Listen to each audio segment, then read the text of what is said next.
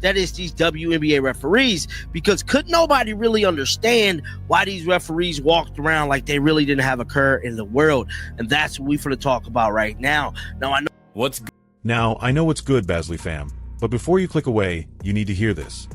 Referees are making poverty wages while controlling games worth millions, and what just leaked about the WNBA's internal investigation, it's way worse than anyone thought. Stay with me, because the numbers I'm about to show you will make your jaw drop. Refs earn anywhere from $425 to $1,000 per game. Yeah, you heard that right. Less than $500 to officiate a professional basketball game. Meanwhile, they're standing on the same court watching Caitlin Clark sign multi-million-dollar endorsement deals, Angel Reese pulling sponsorships left and right. And the refs are expected to stay perfectly neutral. Come on. Let's be real. Think about that psychology for a second. You wake up, put on that referee uniform, and walk into an arena knowing the players you're officiating make 10, 20, even 50 times what you earn. How does that not create resentment? How does that not influence calls, even subconsciously? And here's where it gets darker. The league just released data claiming there's no correlation between missed calls and player injuries. You know what that means, right? The WNBA investigated itself, and somehow found itself innocent. And wait until you hear how. Their review process actually works. It's from $425 to $1,000 per game. Bro, $1,000 per game, bro. Let me break down what ESPN's internal sources just revealed. The WNBA uses a 3-pillar review system for officiating. Pillar 1. WNBA officials review other WNBA officials. Already sketchy, right? Pillar 2. Supposedly an independent panel of reviewers, except the league won't name them. Who are these people? What's their incentive? We have no idea. Pillar 3. Coaches can send feedback through a text line. Yes. A text line, yes, if that's going to change anything. But here's what really exposes the problem. The WNBA openly admits they don't punish referees for single errors, even if that one mistake changes a playoff game. Even if it causes an injury. They only take action if there's a pattern of repeated mistakes. Translation: you can destroy one game, alter one season, even end one player's career, and face zero consequences, as long as you don't do it too often. Oh, let's be clear, the league knows. Mistakes happen, they admit calls get blown. But they've built a system where accountability is impossible. And when you combine that with poverty-level wages and massive income inequality on the court, you've created the perfect storm for exactly what we saw all season. 1,000 is a good day, bro.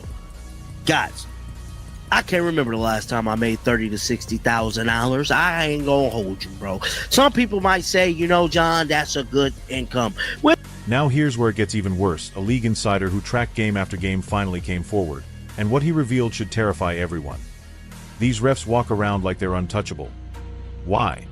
Because the system protects them. Single errors don't matter. Missed calls that lead to injuries? The league investigated and found no correlation. It's the perfect shield, so who's actually in charge of this mess? 2 names you need to remember: Monty McCutcheon and Sue Bloch. They oversee all WNBA officiating. Every controversial call, every missed flagrant, every injury caused by swallowed whistles, it all flows up to them. And under their watch, the 2024 season became the most controversial officiating disaster in league history.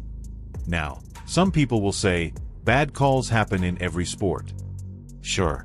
But this feels different. Here's why. The stakes changed overnight. Caitlin Clark brought millions of new fans.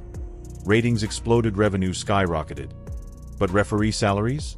Still capped at $60,000 max, the economic gap between players and officials didn't just widen, it turned into a canyon.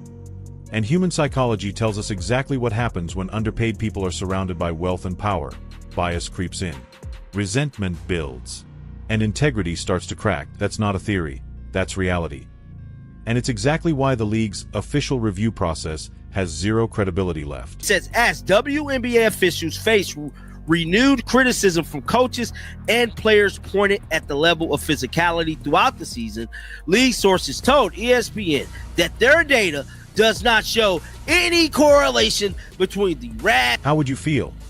Seriously, put yourself in their shoes. You're making $35,000 a year, barely affording rent, working a second job in the off-season, and you walk into an arena where a rookie just signed a deal that would change your family's life forever. Veterans buying homes you'll never afford. The league celebrating record-breaking revenue. that you'll never see a cent of. I'm not saying this justifies bad officiating, but it sure as hell explains it. Human beings aren't robots. We're shaped by pressure, by resentment, by our environment. And the WNBA has created an environment where referees have every psychological reason to harbor quiet resentment towards star players. Now watch what happens when someone actually challenges that system. Because Teresa Weatherspoon and Christy Sides didn't just complain, they named names. They called out patterns. They risked fines. They risked reputations. And what did the league do? Released a polished statement claiming their data shows no problems. Case closed. Investigation over. Except it's not over. Because the data they're citing? They won't release it. We can't see the methodology. We can't verify the criteria. We can't even check their work. It's the same playbook every corrupt institution runs. Investigate yourself. Declare innocence. Hide the evidence. Alters of the game and need to be investigated on a major level, DOJ level. That's how bad the officiating is, bro. And like, I know I can't be the only one that feel like this, bro. I can't be the only one that feel like this, but I just got to keep it real. This is the part that blew everyone's mind. The article openly admits referees get audited mid-season and end of season. They review every call. They know which refs miss the most. They know who consistently screws up key moments. They have all the data, but they won't publish it. They don't share it with teams. They don't let fans see it. It all happens behind closed doors. Why? Because transparency would expose the system. If we could see which referees had the highest error rates, we'd demand accountability. If we could track which officials consistently miss calls against specific players, say, Caitlin Clark, patterns would appear that the league couldn't defend, so they keep it secret. They audit in private, discipline in private, and tell the public, trust us, everything's fine. But everything's not fine. This season, we saw Caitlin Clark getting hammered with no calls. We saw Angel Reese take elbows with no flagrants. Saw playoff games flipped by missed goaltending. Saw injuries piling up from uncalled hits. And the league's response? Our data shows no correlation. That's not just negligence, that's gaslighting. They retelling players, coaches, and fans that what we all witnessed never actually happened, that the patterns we documented aren't real. That our concerns are unfounded, while hiding the very data that could prove otherwise. Process to determine its official sources, and first there is a review by WNBA officials. Second, there's a panel of independent reviewers who. Now we're talking potential Department of Justice territory. Sounds extreme, right? Until you realize what's actually at stake. This isn't just basketball anymore. The WNBA is a multi-million-dollar business with gambling partnerships, broadcast deals, and major investors. When refs can alter outcomes without accountability, and the league refuses transparency, you've created conditions ripe for fraud. Think about the gambling side. Sports betting on WNBA games exploded this year. Millions of dollars. Changed hands every night, while referees making poverty wages held the power to influence results with a whistle. And the league knows it. They have to. Yet they still run a system with zero public accountability and maximum referee protection. And here's what's even more sinister.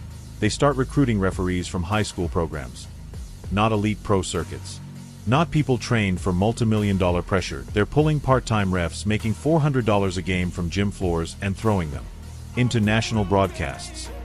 The power imbalance is staggering. The corruption potential? Obvious. And the league's solution? Text message feedback. Secret audits, that's it. Meanwhile, the NBA releases full referee reports. They explain controversial calls publicly, at least there's some transparency. The WNBA, complete blackout. Trust us, they say. We investigated ourselves and found no problem. Then this is what lead sources told ESPN at the conclusion of the season, because we know this year there was major injuries on a legendary level. Now this article goes on to say the WNBA will not punish through fines or suspension officials for a single. Listen to that passion. This is someone who's done the research, followed the patterns, and reached the same conclusion as thousands of fans. Something's fundamentally broken. And the league is actively covering it up. Here's what mainstream coverage keeps missing. This isn't about a few bad calls. It's about a structurally corrupt system that incentivizes bad officiating. Pay refs poverty wages. Give them no accountability. Protect them from consequences. Surround them with players making 50 times their salary. And you've designed a system that guarantees exactly what we saw this season. A WNBA referee making $60,000 max is officiating players who make that in a month from endorsements. That income gap destroys empathy. T breeds resentment. T increases the likelihood of bias, even if it's unconscious. And the WNBA has built a perfect laboratory for that psychology. But what's worse? They could fix this tomorrow. Double referee salaries, cost, maybe $2 million total. Publish performance data, cost, $0 to implement public call reviews, cost. Technology already exists. They choose not to. Because fixing it means admitting it's broken. Publishing data would expose patterns. Paying refs more would prove that wages influence fairness. And accountability would force the league to confront its own bias. Oh, they maintain the system. Because it's cheaper. And it keeps them in control. That's the ugly truth. $30,000 to $60,000. That's the key to understanding all of this. And cities like New York, LA, Chicago, Seattle, that's barely survival income. Refs are working second jobs. Stressed about rent, watching players drop more money on dinner than they make in a week, and still expected to stay perfectly neutral. That's not human nature. That's delusion. And the WNBA knows it. Commissioner Kathy Engelbert knows it. The owners know it. They've seen the salary data, the performance audits, the psychological studies. They know underpaid officials make worse decisions. They know the system is broken, and they maintain it anyway. That's why Teresa Weatherspoon's call-out mattered. She wasn't whining about a missed call, she was exposing a system. She risked her career to tell the truth. The officiating is broken, and the league is covering it up. The WNBA tried to bury it, released their fake investigation, moved on. But what they didn't count on was you, the fans who actually care. Because once the truth's out there, once the numbers are exposed, once people realize this isn't about hate or bias but structure, the pressure builds. And eventually, something's going to break. Alright, Basley fam, that's the real story they don't want you to hear. Poverty, wages. Zero accountability. Fake investigations, a league that chose profit over integrity.